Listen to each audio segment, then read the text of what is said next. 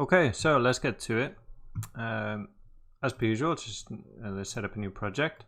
So I'm going to give it the name RBD week 1 and save it in my D drive. Just leave them as they are. Click accept. I'm not going to do it, so I've already got it created. And then always save as, go into your HIP, and then save into your HIP and save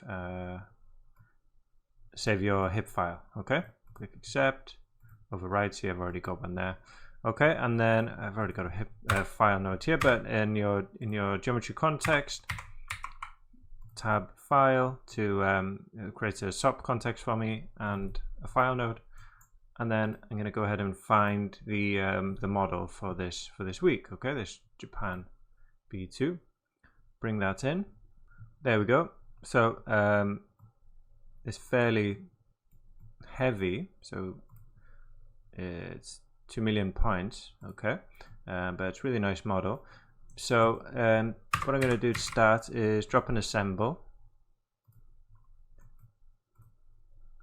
because I want to pack this based on the connectivity, right? So we're going to create packed geometry, right? And that will kind of pack, you can see it's kind of segmented everything, and it makes it easier to basically to delete bits that I don't want, which is what we're going to do now.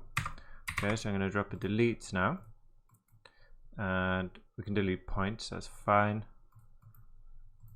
And we're going to delete by a bounding volume. Basically I want to get rid of the ground, and yeah, it's kind of made up of different sections. If I get rid of this, if you when you pack geometry, you can see you lose the kind of outline.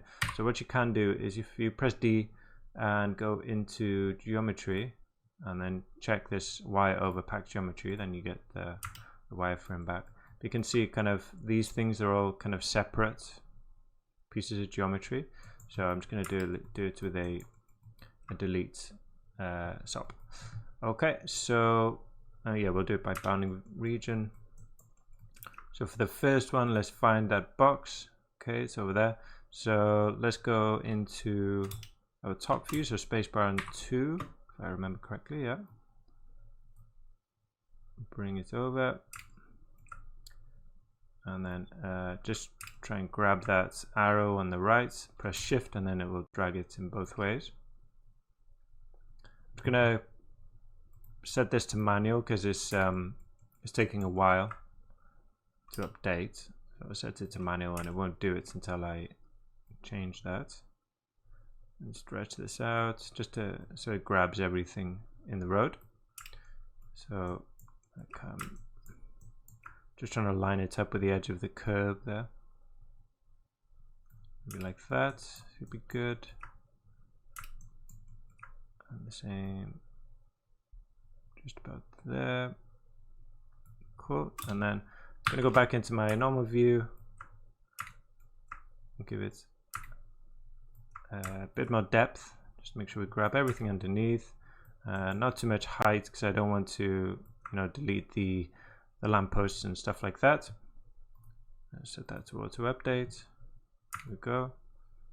Okay, so that's not clipped everything off there, it's just deleted it cleanly. So we're not cutting or doing a boolean or anything. Put road there, and then whoops, let me just grab another one, alt click and drag, set this to manual as well, and then back into the top view, so spacebar and 2 again, and I want to get this other road as well. The reason I'm doing this, by the way, is because we want to build our the fracture geometry. So for simulation if we build it ourselves, it'll be a lot cleaner and easier to manage, and get it will save a lot of hassle by doing that ourselves without trying to include all this, these different boxes and stuff. So there we go. So that should be fine as it is. Auto update, and that should get rid of all that. Nice. Okay, and now I also gonna get rid of all the kind of cables and the box here, so I'm just gonna kind of keep these kind of 4 blocks and everything outside. Get rid of that. Okay, so drop. Let's do delete row 2. I'm gonna set it to manual again. Alt click and drag. Let's do delete perimeter. And let's go into our top view again, so spacebar and 2. Now we've lost the visualization for some reason. Let's go to auto update. There we go. Manual again. Okay, and then we'll just kind of grab the outside. Am I at the bottom or the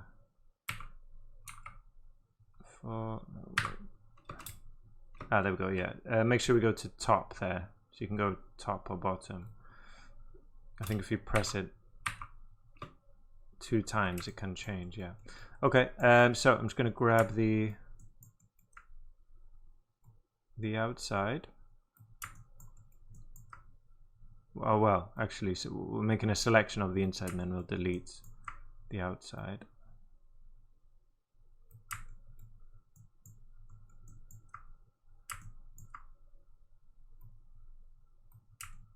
I'm just kind of making sure I'm past, so the point will be in the center of here. So as long as we're not over the point, it won't select it.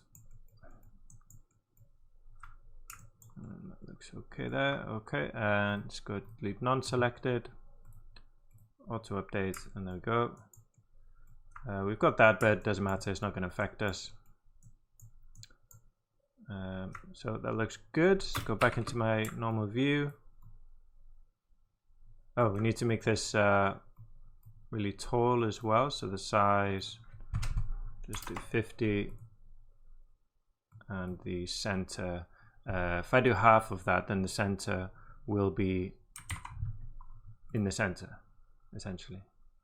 Oh no, it will be at the center, but let's go down a little bit, 20, just in case, because there's a little bit kind of under the ground. See, we're grabbing the curbs there, because they go under the ground a little bit. Okay, and now if we take a look from the side, so space bar and 3, I believe, yeah, and then come over here. So this is my 0 on Y, and my curb is, at the moment, is under the ground, right? So I'm just going to move it up a little bit, drop a transform. Okay, I'm going to move it up just 0.1. There we go. Okay, so our simulation geometry will be the top of it, and then the curve will sit just above. These parts that sit below won't matter, okay, because our simulation geometry is gonna kind of end at this line here. Let's move up. Cool. And then last thing I want to do is, because our explosion is going to be in the middle there, would be nice to have this whole thing just at the centroid. Obviously only in X and Z. If we don't, you know, you can just click move to centroid. Well, we could actually just do that, yeah. Well, there's a couple of options. I'll show you both. So I'm just going to drop a null here for the outs at the end of the stream. So we can either click this move to centroid, and that will move the whole geometry. But as you can see, it also moves it in Y. So if we just get rid of that, then that should be perfect. See that the center of our block is in the center now. But what we can also do is we can do minus $CEX, oops, in capital letters, CEX there, and oops, that was weird, and minus CE minus $CZ there. Now we'll basically do the same thing. So CEX is the centroid in X, and if we move it by the centroid is half the distance, right? So it's moving over, and basically so that basically procedurally drops your your geometry into the center. It's a bit nicer this because we don't need to click this button, so I can just feed any geometry into this and it will drop it into the center. So that's our geometry ready to go for the next part.